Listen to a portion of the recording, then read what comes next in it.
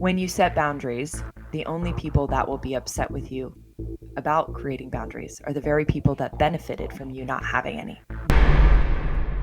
The moment you think you know it all is the moment you set yourself back and you stunt your ability to grow. Ladies and gentlemen, welcome back to another very special, as always, episode of Next Level University. We have a very special guest who we had the honor of meeting in Colorado. She is a mental performance coach who has worked with the likes of the New York Yankees, the one and only Lauren Johnson. Lauren, what is going on?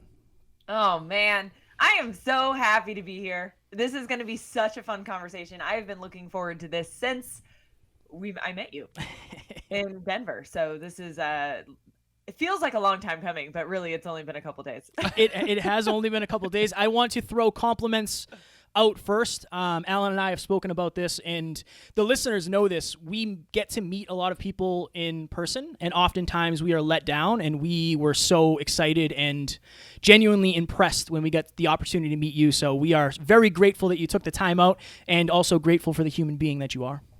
Oh my gosh. Well, thank you. The feeling is definitely mutual. And when I got to meet the two of you, I was like, these guys are really special. We appreciate that. I am so thankful to know you. So the pleasantries are gone. Okay, good. Talk a little bit about what you do in the world. What is your specialty? And then we'll dive into a little bit of your story, and we'll give some tactics and deeper understandings to our listeners. All right. So like Kevin said, I am a mental performance coach and speaker. And what I do is I help individuals to develop mental skills and mental toughness so they can be their best regardless of circumstance. And so what that looks like is, it's sports psychology, and performance psychology is actually what I studied. And so I help individuals on the side of performance. And I'll tell you what it is and what it isn't. A lot of people ask me, do you work in clinical psychology? I do not. And so if anything becomes clinical in nature, I do not diagnose and treat clinical disorders.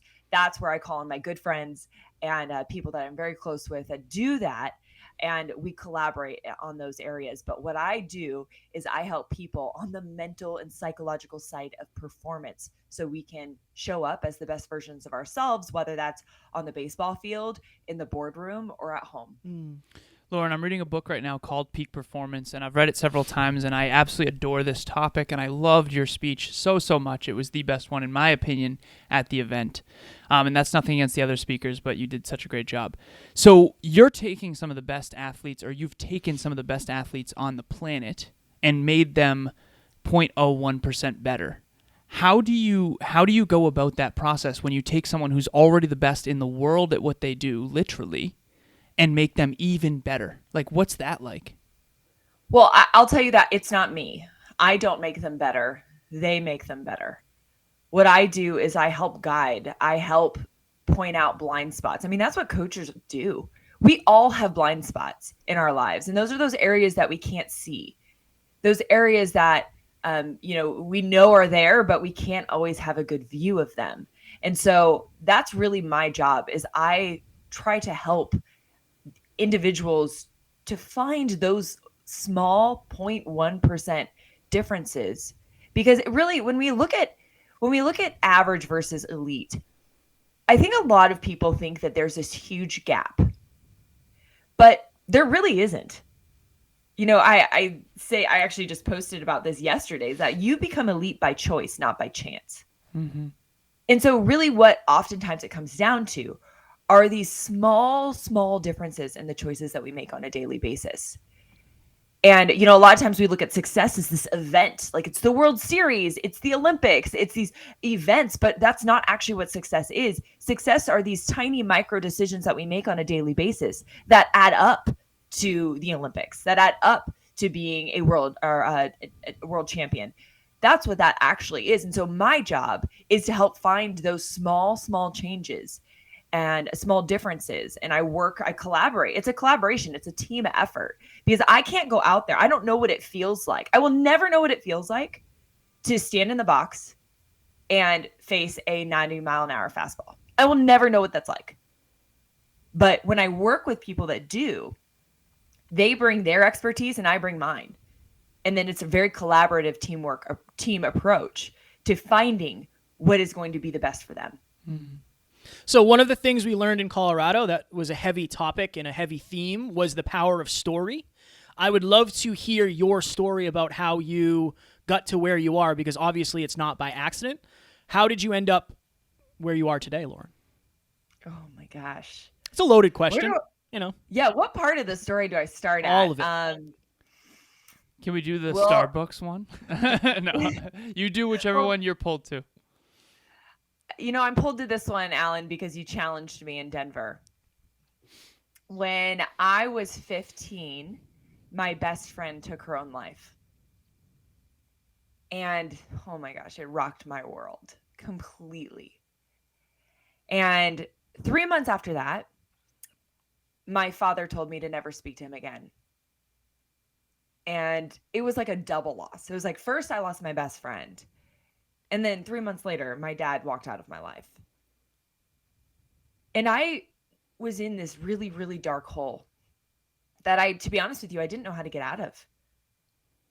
And my mom actually forced me to go to therapy. And I'll tell you right now, I didn't talk to her for the first 2 months of going to therapy. I just sat there and she'd be like, Lauren, how are you? I'm like, fine. You know, I'm just this like stubborn kid. And it wasn't until she finally called me out on my BS and she was like, you're not fine, that I really started to open up. And I started to learn these different ways of thinking and these different, the triggers of my brain, these things that started to control me, for a lack of a better word. And to be honest with you, I had always, it was that moment that really got me interested in the mind, because I went from this really dark place to finally there was like this light at the end of the tunnel. And I felt like I had some level of control back in my life. And I was able to turn these really difficult experiences into something beautiful. And that was into helping others, into helping others learn about the power of their mind when it comes to performance. And I was a soccer player my whole life. So when Amber passed away, my friend, soccer became not very fun anymore. Actually, nothing was fun anymore. And so when I got that back, that was like my first win.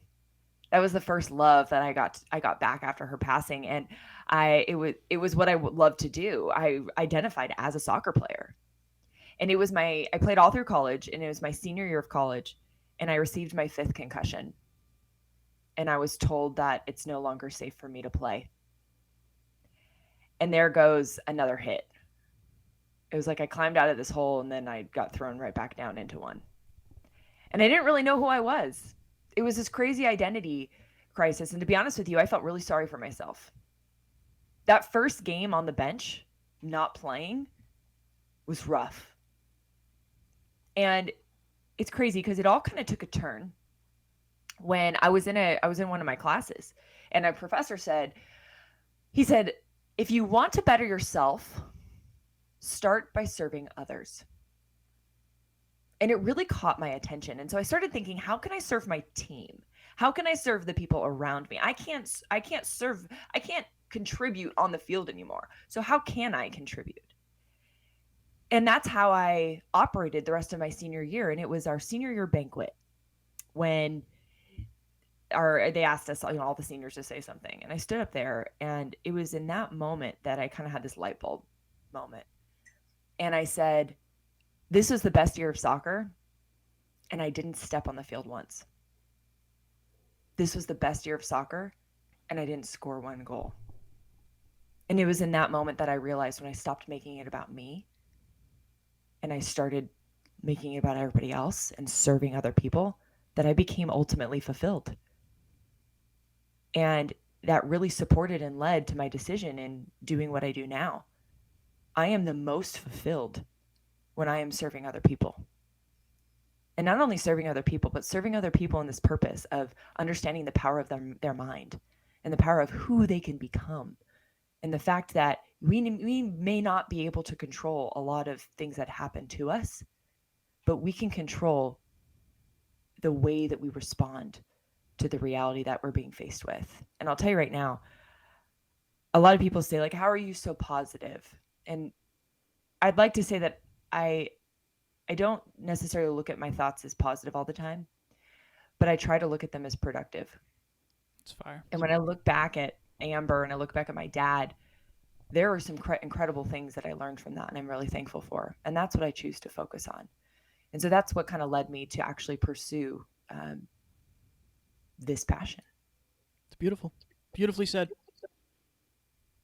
Lauren, your pain and your adversity created. I often say this, that the dark holes that we find ourselves in, the tools we must create to climb out, also build skyscrapers. Yeah. And I feel like you were in a very dark hole, and I feel like most greatness starts from adversity and insecurity and challenge. It's pretty amazing what you've become through all of that. And at 15 too. I mean, my goodness, the emotional maturity of a 15-year-old, if you were anything like me, wasn't high.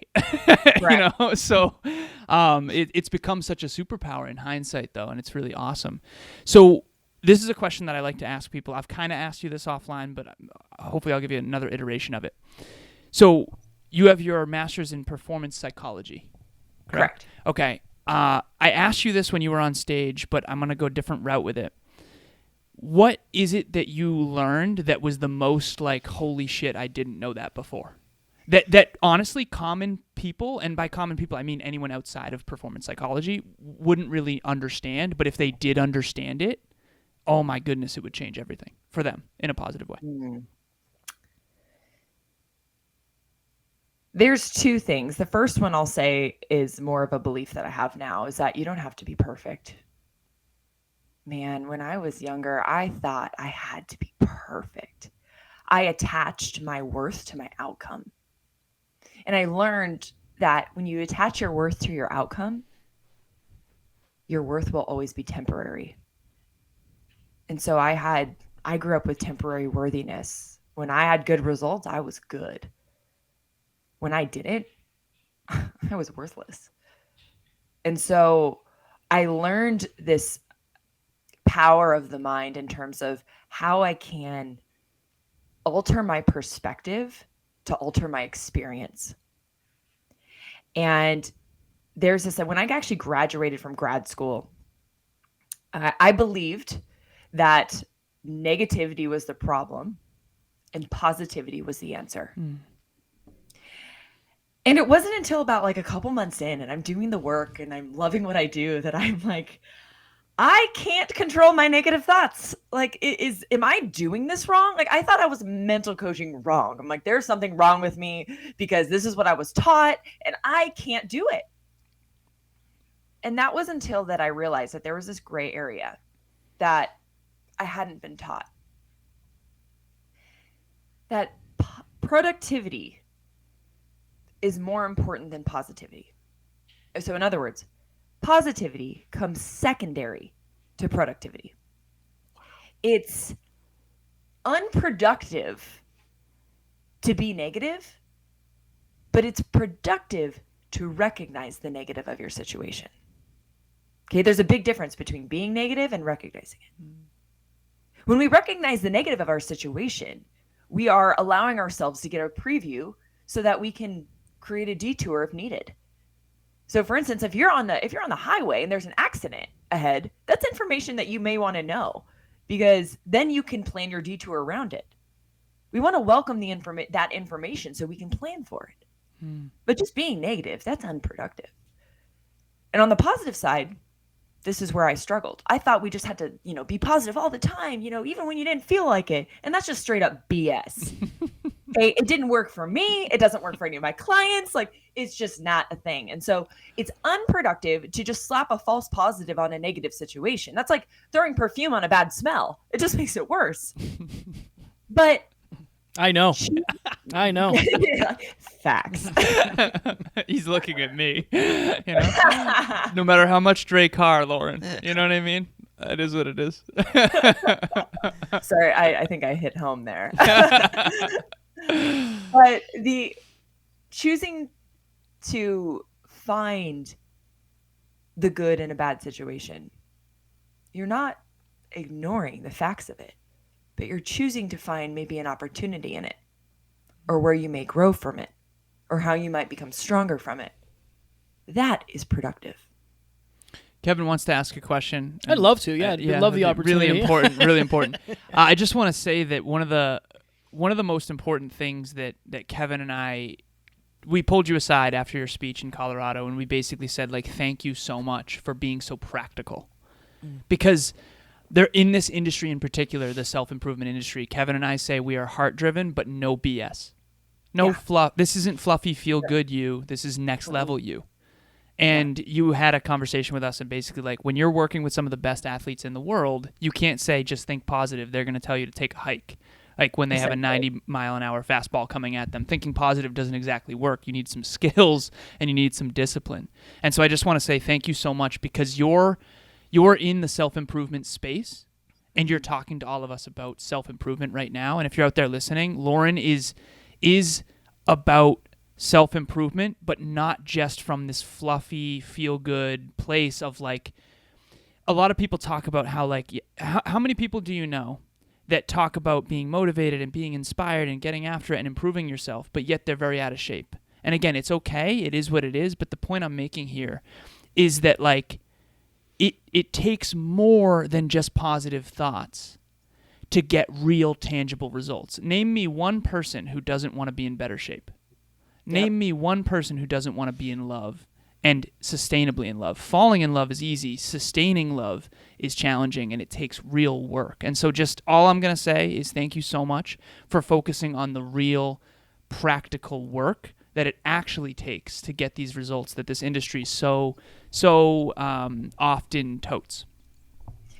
Well, and to be honest with you, that's actually, I used to hate it when I would ask people, like, God, I'm so nervous. And people are just like, just don't be nervous. I'm like, wow, thanks, Dan. Yeah. Like, if I would have known that, like, man, wow, just what a revelation. Thank you for that. Like, it just used to drive me crazy. And no offense to any Dans out there. That's just the name that came to mind. Yeah. But you know what I mean? Like, I don't, that blanket advice, and I know it comes from a good place, and it's coming from, you know, the best that they can give me at the time.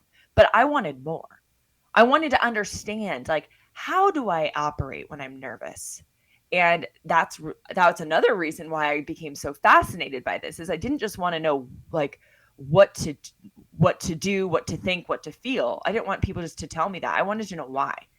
What was the purpose behind it? And nobody could give me that answer, especially when I was younger. And so that's what's driven me is, you know, don't get me wrong, there are some more theoretical, you know, things that I do talk about. But what I like to do is I like to give tangible things that we can take away and we can actually apply to our daily lives. Mm-hmm. I have two kind of questions. The first one that I think the listeners would really, really resonate with, anytime you're in a room and somebody says something and the entire room goes, whoa, and then the person has to repeat what they said, it's probably something worth noting. You said something about boundaries. Do you remember what it was? I have the exact quote if you need it, Lauren. Yes, I do. And I'll tell you just a little background on boundaries for me. So when my best friend passed away, I felt a lot of regret. And my biggest fear, and Alan, you asked me this. You said, what's your biggest fear? I said, my biggest fear is regret. And it wasn't until you pointed it out that I realized they had something to do with each other. Mm-hmm. And because I was so regretful, I felt like I could have done more. I should have done more. I could have been there for her more, and all of these things, that I decided I'd never want anybody to be alone again or to feel the way that she felt. And so I had no boundaries. And I ended up taking on everybody else's problems. And it wasn't until it started to deteriorate my own mental health by trying to take care of others that I realized that I needed boundaries.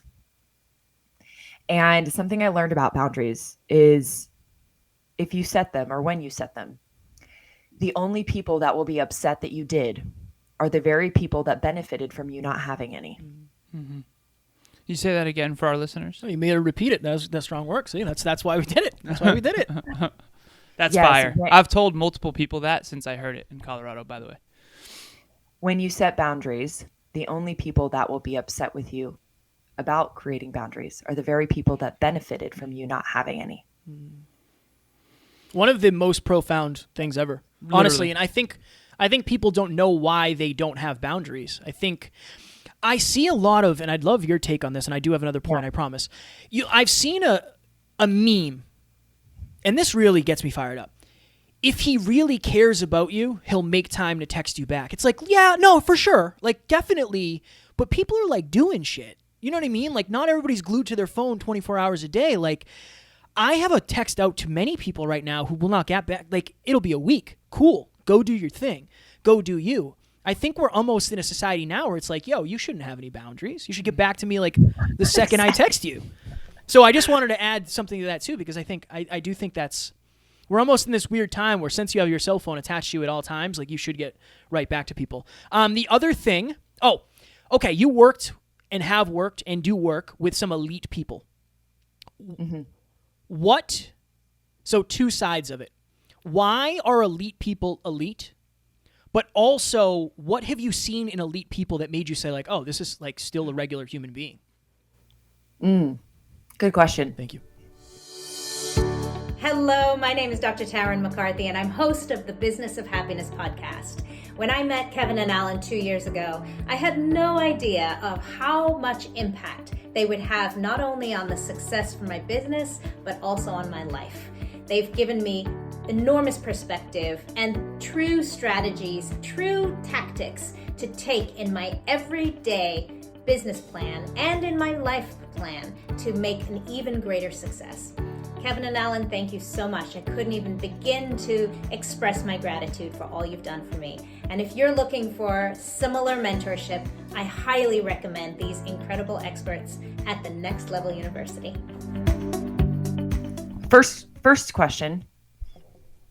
Choices. That's the only thing. It's fine. Like, I understand, there's always a age-old battle, right, between talent and effort. But yes, don't get me wrong. Is there limitations to what we can be due to our DNA, due to how we're built? Sure. Like, I'm never going to be a Victoria's Secret model. You know what I mean? And like, you're never going to be LeBron. There's things that that limits our ability. Sorry. You talking to me? You talking to me or Alan? I'm so sorry. I didn't mean to break that news to you. Yeah, Kevin, you didn't know that was his dream? He's only 1.5 feet taller. I mean, I'm there. With enough effort, I feel like he could do it. Just keep feeling good about yourself. However, something we forget is that nobody becomes great with talent alone. Right. And so what it really comes down to is the choices that you make on a daily basis. And so the question I often have for people is I want them to audit their choices. What choices are you making? Because every choice that you make, and every day we have a set of choices, and every choice that you make gets you closer or further away from becoming an elite version of yourself. The way that you sleep, the way that you eat, the way that you talk to yourself, how you prioritize your day, all of those things will get you closer or further away from being elite. And you know which ones do and which ones don't. Oftentimes, we talked about this, is your willingness to exist in discomfort. Mm-hmm. And so that's, I think, the biggest difference that I see. Lauren, so I didn't mean to interrupt you if Jeff, I did. no question. Go ahead. You and I talked about discomfort and your relationship to discomfort and your relationship to pain. And you and I were talking at the event, and you basically said to me, like, obviously you have a strong, positive relationship with discomfort. And I'm grateful that you saw that in me. And by the way, I love that you have a whiteboard behind you. That's a glass whiteboard. We have that at our home as well. Thing's amazing. And I definitely drilled 4 extra holes into our wall. I could definitely see that. In order to hang that. I'm not as handy as some may think. But your relationship to discomfort, I digress. I think that's something, and I want to digress to the comment I made earlier about people who are rah-rah but yet still out of shape. I hope people know that I don't mean that in an insensitive way. I understand that people have challenges with their health and with their fitness. I get it.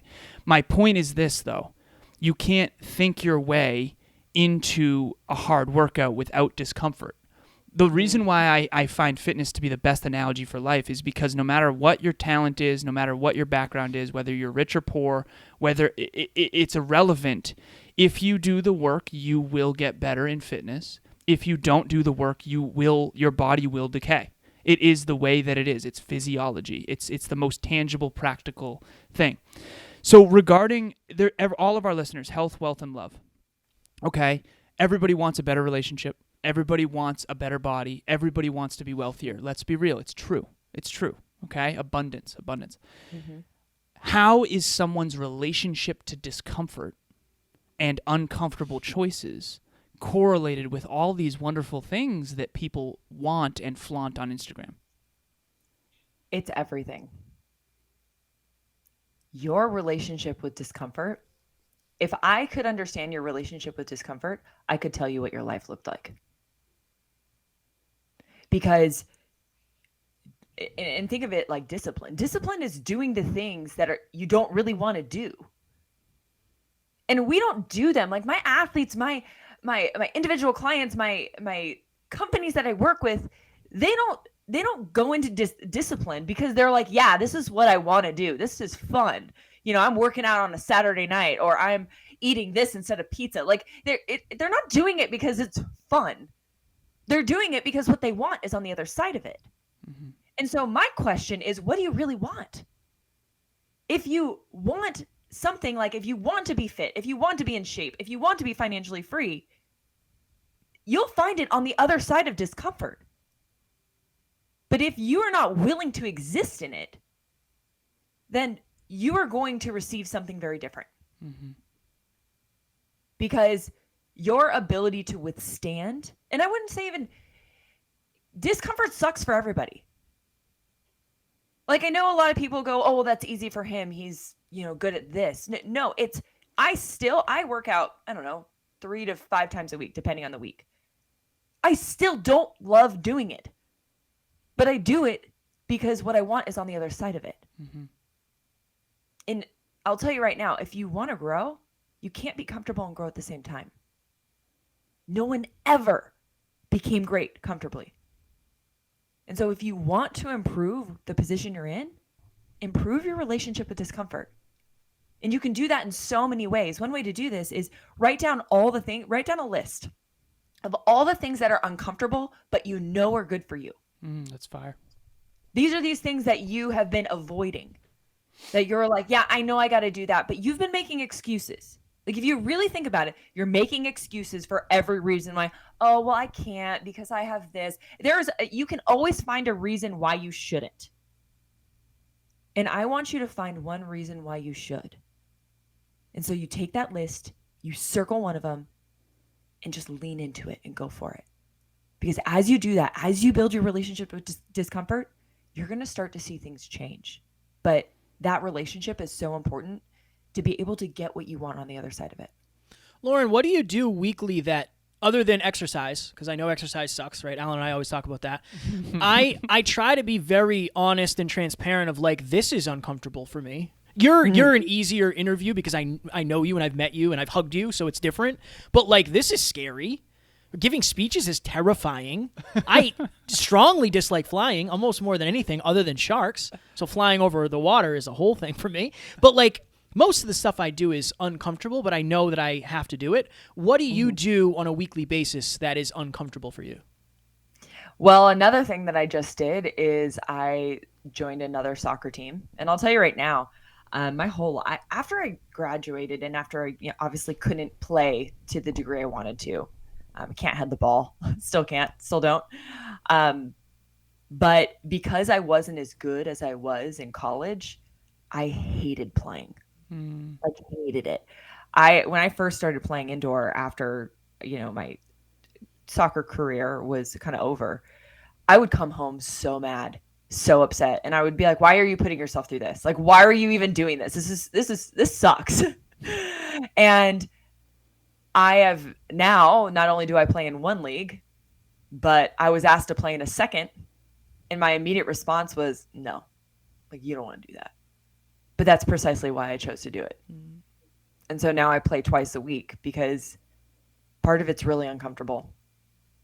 And it really improves my relationship with discomfort every time that I do it. And so I would say probably working out, and this other form of working out, soccer, is one of the main ones. Another one is challenging my knowledge, is finding gaps in my in my work.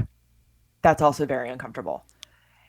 And but at the same time, it's also what makes me better. I had a quote that I used to say, and I don't say it often because I'm not sure it lands for people, but all progress is predicated on being wrong.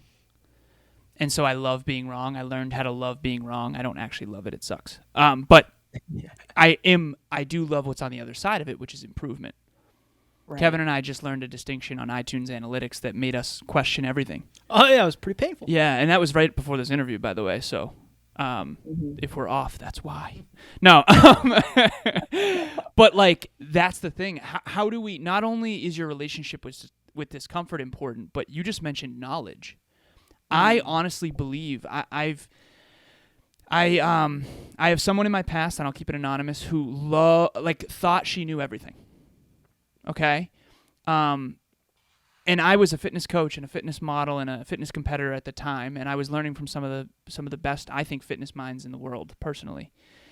And she still thought that she was right about many of the fitness principles that I was teaching her. And I remember thinking to myself, like, you're not going to succeed because you think you're right because you're watching these YouTube videos when you're not open to new ideas. You're not open to learning. The humility was just not there. There was no humility. I think it's really important to understand when someone knows more than you in a particular area. Now, you got to be careful, because if you take advice from people who don't know, then that is also detrimental. And by the way, I think people take advice from people who don't know, get bad results, have pain, and then decide never to take advice again. And that's why they end up without the humility. What is your advice in taking advice, and how do you personally deploy that in your life? Oh, this is a great question. First thing is, you got to know the source. Early on, I was the yes woman. Anybody that would give me advice, I was like, oh, okay, yeah. And I would just constantly, it's like I didn't have my own voice. I didn't have my own opinion. I just gave up my opinion to others. And I think that there's a fine balance, like what you just described. And I remember when I was working for the Yankees, part of my job was to actually assist in the draft department. And so I would interview players that we thought were, the best players out of high school or college. And one of the questions I would ask is, I'd put them in a scenario, and I would say, okay, if he's a hitter, hitting coach comes up to you and says, I hate your swing. We're going to make A, B, and C changes, but you don't agree with the changes he makes. How do you handle it? And, we would get all sorts of answers, right? From, oh, well, he's the expert, to, well, I know my game, I'm not doing that. And really, there isn't a perfect answer, but I'll tell you, we didn't want a room full of yes men. We didn't want a room full of people that just said, sure, let's do it, because you're going to get a lot of opinions the higher you go. Yeah. And so it's important, number one, to know the source, and number two, to audit the advice. Because also, just because the source is good doesn't mean the advice is right for you. And so it's really important to know yourself. That's why, self-awareness is the foundation of all change. So if you're going to take advice from somebody, you need to know yourself really well first. You need to understand where that lies. And then we get unsolicited advice, right? And we get people that come up to us and they're like, hey, they think they know. And you're like, whoa, where did that come from?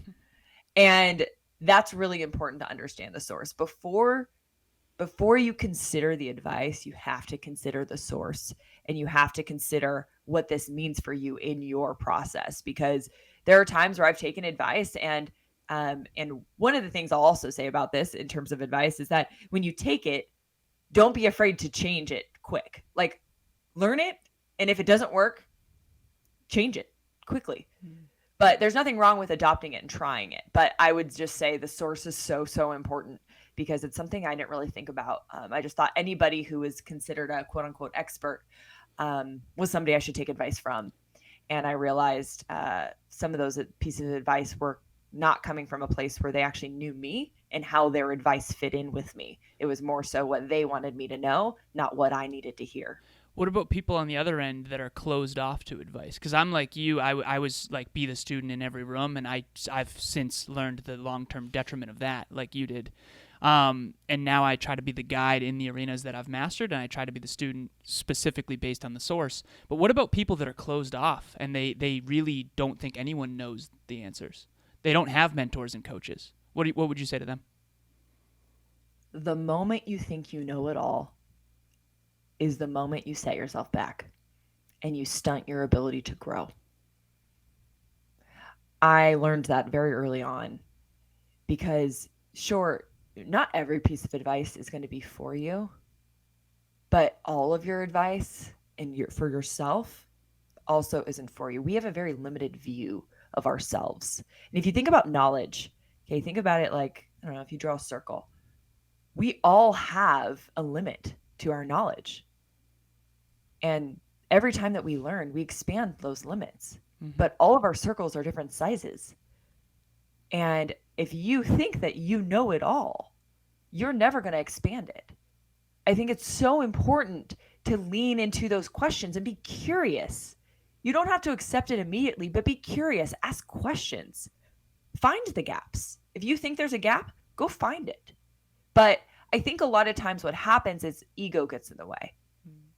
And it's not about whether that person's right or wrong. It's about what that means about if we are right or wrong. And when we are wrong, it's a hit to our ego. And so I think part of it has to do with that. And when you're willing to set your ego aside and just look at the facts of it, you're really able to see a lot clearly. And you're able to ask the right questions to be able to discern if this is for you or not. But if you're not open to it, I mean, good luck. Good luck on growing, because to me, that's 90% of growth is being curious and learning from others. Last question before we let you go, because we will take your entire day if you allow us to. We'll set some boundaries here. So you're talking about self-awareness. This podcast used to be called the Hyper Conscious Podcast. Great name. Nobody knew what it meant, so we had to switch it up.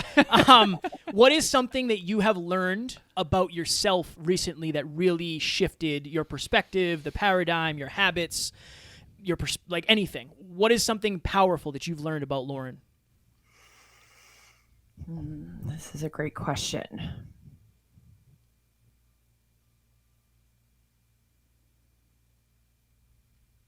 Something I've learned about me. Something I've learned about me recently is I like to consume a lot of content. But because I consume so much content, sometimes I lose my own voice in it. And so that's actually something I've been working on, is instead of consuming maybe already curated content, I'm looking for the raw versions and curating my own. Because sometimes my mind will just go in the direction of what's already been curated, what's already been discerned, what's already been kind of filtered through. And the problem is it's not through my own filter. And so I've been really studying neurology and trying to curate things on my own in terms of not looking at it through somebody else's filter, but trying to look at it through my own. Are you reading textbooks? I have that same problem, 100%.